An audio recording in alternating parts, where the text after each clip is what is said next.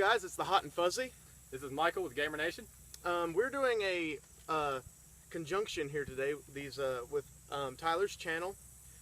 We're testing gun myths, famous gun myths from video games. He does video game videos, and why don't you tell him about some of these videos and how we are testing these different myths. The first myth we'll be trying is, a lot of you guys have probably seen on like Call of Duty and stuff, when you shoot at like a metal object, a car fender, which is what we'll be shooting at, the round will spark as it hits. So we'll be testing that out. And then a lot of other games, people will be hiding behind objects like brick walls, and that's crap. We're going to prove that a bullet from, well, birdshot would go straight through a brick wall. And the other one. The third one we'll be testing shotgun range. A lot of video games like Call of Duty, it's always bothered me because, especially in a game like Black Ops, Battlefield does a better job about it, but they normally limit the range of a shotgun out to room clearing distance, and that's about the point where it'll cut off to be in the kill zone. A shotgun can accurately shoot out way beyond that distance, and we'll be testing that today.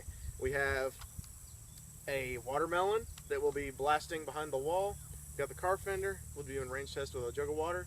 So without further ado, we'll get started for you. All right, so the myth we're testing here with this, is that a car fender? Yes. Okay. We're shooting this with a 22 right here to see if we can get some kind of spark from the bullet hitting it. So here we go.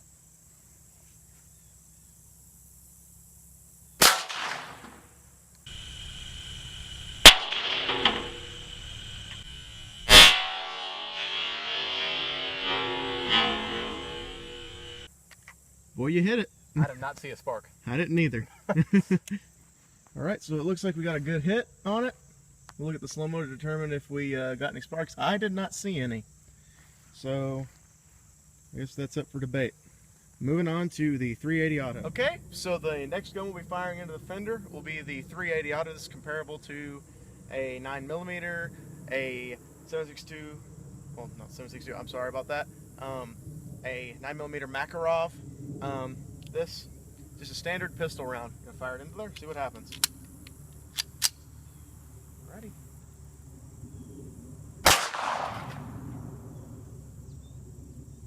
Louder than hell, but I didn't really see a spark. Let's check it out.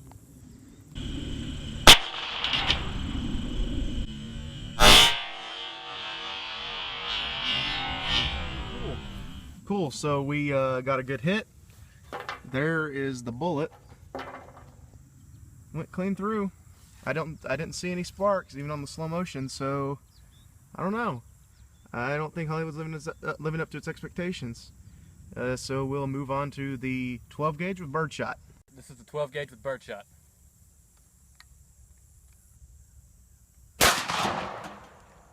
Boy, you sure did hit it. Good Lord.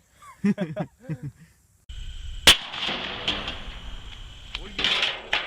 Lord.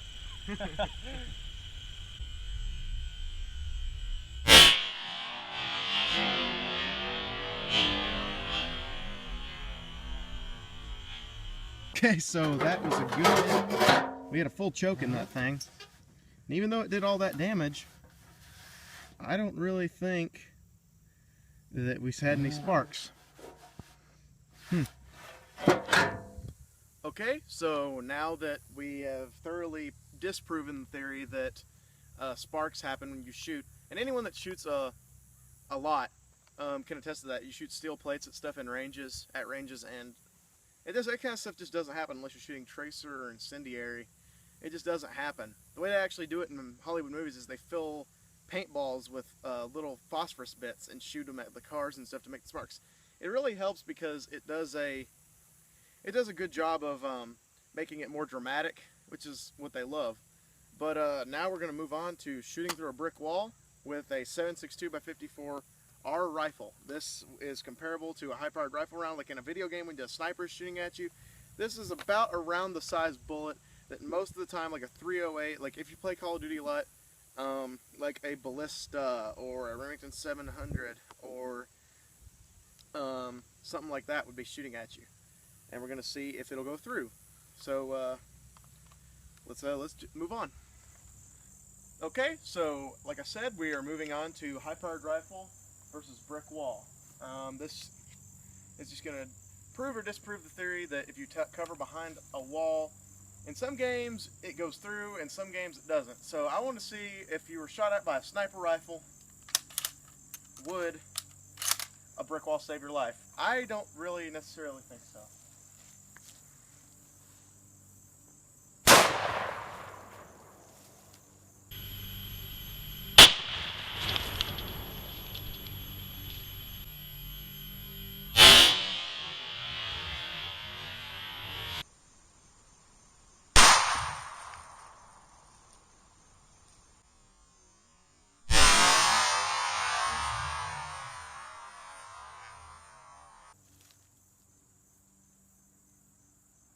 Guess we'll see.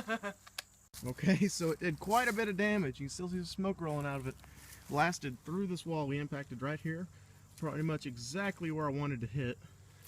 And it came through. There's the casing I got right here. And it looks like that's bullet right there.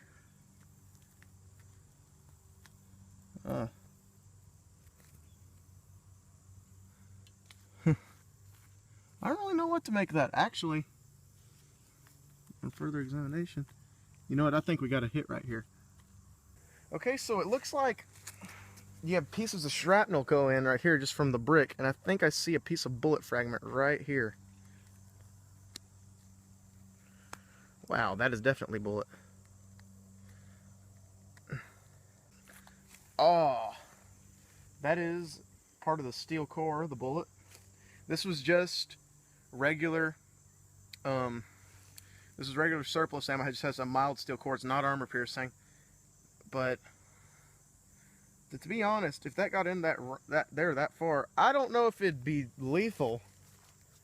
But I certainly wouldn't want to get hit with it, because that's a mean looking piece of metal, and it did pretty good going into that. So I don't know. That's up for debate. Maybe if the bullet was a little bit bigger, maybe if your wall, you only had one layer of this.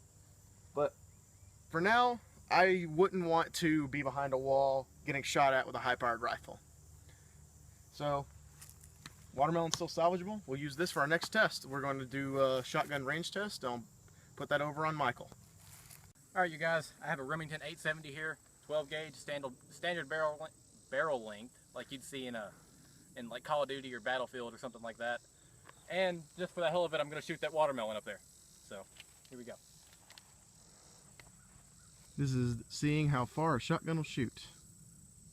I missed. I don't know. That spread's pretty good. I guess we'll see. Looks like you did hit it after all. You got hits here and here. 1, 2, 3, 4, 5, 6, 7. It's like it's dripping down here too. Yeah. So, I don't know. I think that's a pretty good test. Shotguns do have an effective range well beyond what people say they do in video games. Yeah, that was about 200 feet from where I shot.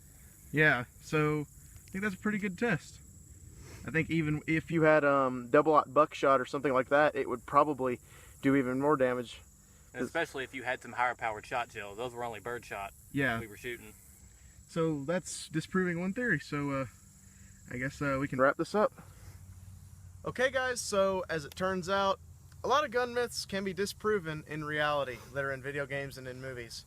If you shoot at a car and you're using normal ammunition, you'll not see sparks. That's just the way it is, because there's literally nothing explosive going on unless you're using a tracer or an incendiary. A bullet will go through a block wall. A high-powered rifle round such as that 7.62 we fired could be lethal. I'm gonna go out and say that if you got hit in a certain area, I wouldn't want to get hit in a certain area with that thing. Definitely not. Yeah, it's up for debate. I mean, I could get more scientific with this. We could use ballistic gel or something, but that's for a later video. And shotguns, I already knew this. You can see this in one of my other videos, my 12 gauge versus 20 gauge video. Shotguns do have extended range. They are not walk into a room and kill everyone in the room guns because of the spread. I can't tell you how many games I've seen so far where if you're more than like 10 feet away from somebody, you get hit markers. Hit markers are crap. Like, Yeah. I mean, it's stupid. So guys, we're gonna wrap up this video. Thank you for sticking with us. We realize it's probably pretty long. Swing by Michael's channel here, Gamer Nation. YouTube.com, YouTube.com/gamernation0900. Be sure to check it out, you guys.